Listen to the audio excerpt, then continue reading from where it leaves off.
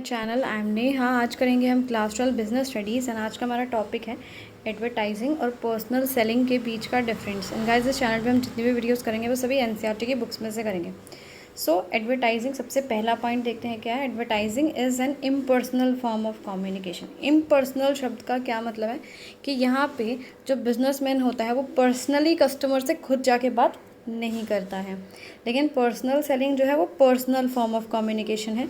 यहाँ पे salesman directly consumers से फेस टू फेस बात करते हैं। नेक्स्ट है advertising involves transmission of standardised messages, same messages send to all customers in a market segment. Advertising में क्या होता है कि स्टैंडर्डाइज्ड मैसेज का मतलब है एक ही मैसेज सबको सुनाई दिया जाता है, बताया जाता है, दिखाया जाता है। जैसे कि टीवी में कोई भी हीरोइन या हीरो ऐड दे रहा है तो सबको वही सेम मैसेज दिखेगा। In personal selling the sales stock is adjusted keeping view customers background and needs.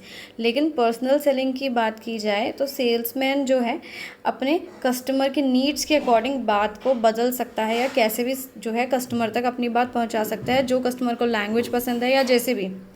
Next है advertising is inflexible as a message can't be adjusted to the needs of the buyer. Advertising जो है वो inflexible है क्योंकि यहाँ पे message को change नहीं किया जा सकता है।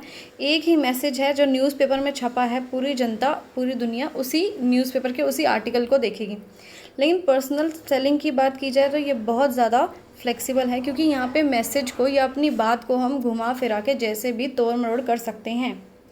नेक्स्ट है इट रीचेज मासेस, यानी एडवर्टाइजिंग जो है एक बारी में बहुत सारे लोगों तक पहुंच जाती है। अब टीवी में ऐड आती है तो कितने सारे लोग होते हैं जो टीवी में मूवी या सीरियल देख रहे होते हैं, उन सब तक वो ऐड पहुंच जाती है। लेकिन अगर पर्सनल सेलिंग की बात करें तो एक बारी में हम लिमिटेड नंबर ऑफ़ पीपल तक पहुंच सकते हैं। जैसे कि एक सेल्समैन है, एक बारी में वो 50,000 लोगों को तक तो अपनी बात पहुंचा नहीं सकता, दो चार लोग करके कवर करेगा वो, है ना।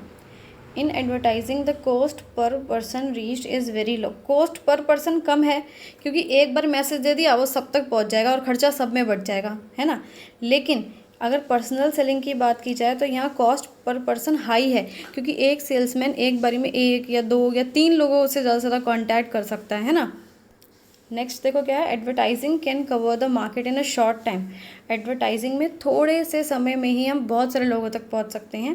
एक 10 सेकंड का ऐड आया टीवी में, पता नहीं कितने करोड़ों लोगों तक वो पहुंच जाता है। Personal selling efforts take a lot of time to cover the entire market. लेकिन पर्सनल सेलिंग में हमें बहुत सारा समय लगता है। क्यों? क्योंकि एक इंसान किस किस को कन्विंस करेगा, किस किस को समझाएगा कि ये प्रोडक्ट खरीद लो। आगे देखते हैं क्या, advertising makes use of mass media such as television, radio, newspaper etcetera. Advertising में हम किसके थ्रू करते हैं, जैसे टीवी में ऐड दिखा दी, रेडियो में, न्यूज़पेपर में, मैगजीन में, ऐसे दिखाते हैं जो एड्स दिखाते हैं।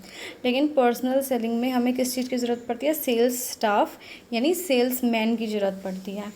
Advertising lakhs direct feedback. इसमें फीडबैक नहीं मिलता है। अब कोई भी अमिताभ बच्चन है, वो किसी चीज़ की ऐड दे रहा है तो वो डायरेक्ट हमसे पूछ थोड़ा ना सकता है या हम उसको जवाब थोड़ा ना दे सकते हैं टीवी में देख करके, हाँ भाई तुम्हारा प्रोडक्ट हमें ये चीज़ अच्छी नहीं लगी, है ना।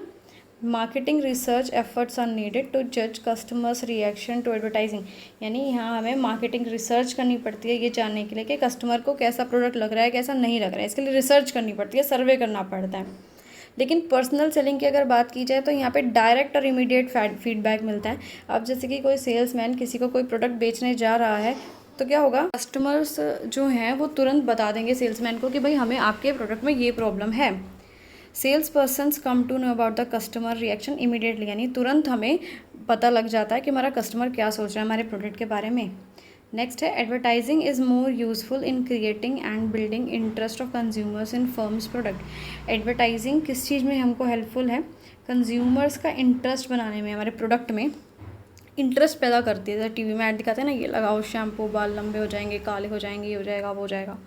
लेकिन पर्सनल सेलिंग की बात की जाए तो it plays important role at the awareness stage of the decision making.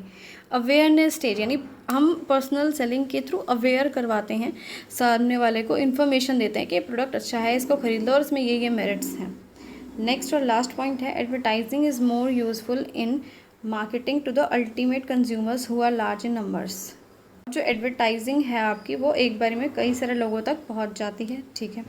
Personal selling is more helpful in selling products too. लेकिन पर्सनल सेलिंग हमें कहाँ हेल्प करती है, हमें अगर जो है आपके इंडस्ट्रियल प्रोडक्ट्स बेचने हैं या इंटरमीडियरीज से बात करनी है, रिटेलर्स होलसेलर से बात करनी है, तो वहाँ पे पर्सनल सेलिंग हेल्प करती है ना। इससे वीडियो आपका ख़त्म हो गया।